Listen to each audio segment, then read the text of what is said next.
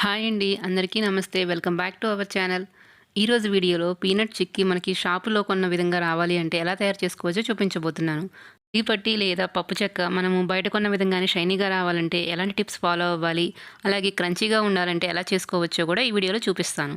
ప్రతిరోజు పిల్లలైనా కానీ పెద్దవాళ్ళైనా కానీ ఈ బెల్లంతో చేసిన పల్లి చెక్కని ఒక ముక్క తింటే అందరికీ ఆరోగ్యానికి చాలా మంచిది. ఇంకా ఆలస్యం చేయకుండా ఈ పల్లి పట్టి ఎలా తయారు చేయాలో చూసేద్దాం. పప్పు చెక్క తయారు చేసుకోవడానికి స్టవ్ మీద ఒక మందపాటి ప్యాన్ పెట్టుకొని దానిలో మనము 1.5 కప్పు పల్లీలు వేసుకోవాలి. పల్లీలు వేసుకున్న తర్వాత మంటని లో ఫ్లేమ్లోనే ఉంచి మధ్య మధ్యలో కలుపుకుంటూ ఈ పల్లీలను మనము నిదానంగా వేయించుకోవాలి. హై ఫ్లేమ్లో పెట్టి వేయించుకుంటే పైన వేగితే కానీ మనకి లోపల అంత మంచిగా వేగదు. ఇలా సిమ్లో పెట్టి వేయించుకోవడం వల్ల పల్లీలు లోపలి వరకు వేగి క్రంచీగా ఉంటాయి. మనం పల్లీలు వేగినాయి అని తెలుసుకోవడానికి ఇలా ఒక పల్లీని చేతిలోకి తీసుకొని నలిపితే పొట్టు కనుక సపరేట్ అయితే పల్లీలు బాగా వేగినట్టు.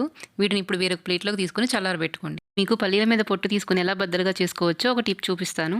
పల్లీలు ఆరిన తర్వాత ఇలా ఏదైనా ఒక క్లాత్లో వేసుకుని దాని మీద మనము అప్పడాల కర్రతో లైట్గా ప్రెస్ చేస్తే ఇలా పొట్టి ఊడిపోయి బద్దలుగా అవుతాయి.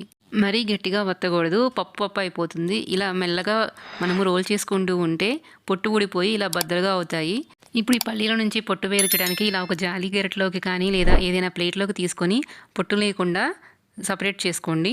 బద్దలుగా చేసుకున్న పల్లీలను మనం ఇప్పుడు ఒక బౌల్లోకి వేసుకుందాము. నేను ఇక్కడ 1.5 కప్పు పల్లీలను తీసుకుంటున్నాను. 1.5 కప్పు పల్లీలకి నేను 1 కప్పు ఫుల్గా బెల్లాన్ని తీసుకుంటున్నాను. మీరు స్వీట్ ఎక్కువ కావాలంటే ఇంకొక పావు కప్పు బెల్లాన్ని ఎక్స్ట్రా తీసుకోండి. ఇప్పుడు స్టవ్ మీద మందపాటి ప్యాన్ పెట్టుకొని మనము ఇలా తరుగుకున్న బెల్లాన్ని వేసుకోవాలి. నేను బెల్లంలో వాటర్ ఏమీ యాడ్ చేయటం లేదు. వాటర్ యాడ్ చేస్తే పాకం రావడానికి టైం పడుతుంది. ఇప్పుడు మనము ఈ బెల్లం కరిగేలోపు మనము పల్లీ చెక్క వేసుకోవడానికి ఏదైనా ఒక ప్లేట్ కానీ బటర్ పేపర్ కానీ తీసుకొని దాని మీద ఇలా నెయ్యి అప్లై చేసుకోవాలి.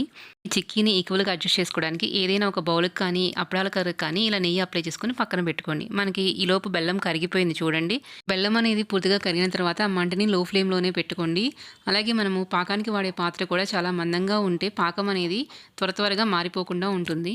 మనకి బెల్లం పాకం పర్ఫెక్ట్గా వచ్చింది అని తెలుసుకోవడం కోసం ఒక బౌల్లోకి మనం వాటర్ తీసుకొని ఇలా పాకాన్ని డ్రాప్స్గా వేయాలి.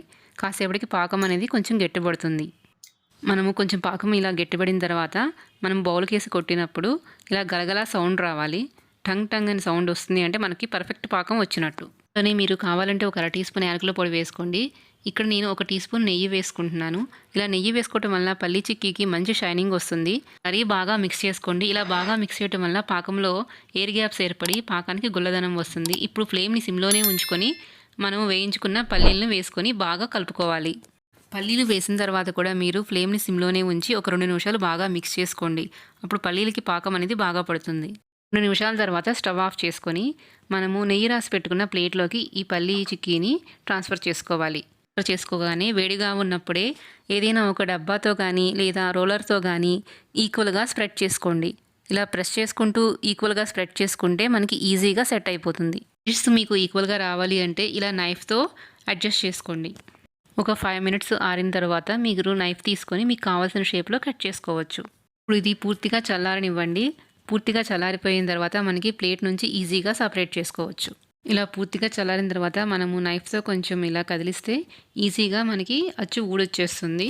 అంతేనండి, ఎంతో టేస్టీగా ఉండే పల్లి చిక్కీ రెడీ అయిపోయింది. చూడండి ఎంత షైనింగ్ వచ్చిందో మనకి నెయ్యి వేసుకోవటం వల్ల. ఒకవేళ మీకు ప్లేట్కి కొంచెం అతుక్కున్నట్టు అనిపిస్తే లైట్గా వేడి చేస్తే ఊడి వచ్చేస్తుంది. అంతేనండి, ఎంతో టేస్టీగా ఉండే పల్లి చిక్కీ రెడీ అయిపోయింది కదా. మీరు కూడా తయారు చేసుకుని ఎలా వచ్చిందో చెప్పండి. మీకు నా వీడియోస్ కనుక నచ్చినట్లయితే లైక్ చేయండి. అలాగే ఛానల్ని సబ్స్క్రైబ్ చేసుకోండి. మీ ఫ్రెండ్స్తో కూడా షేర్ చేయండి. Thank you for watching.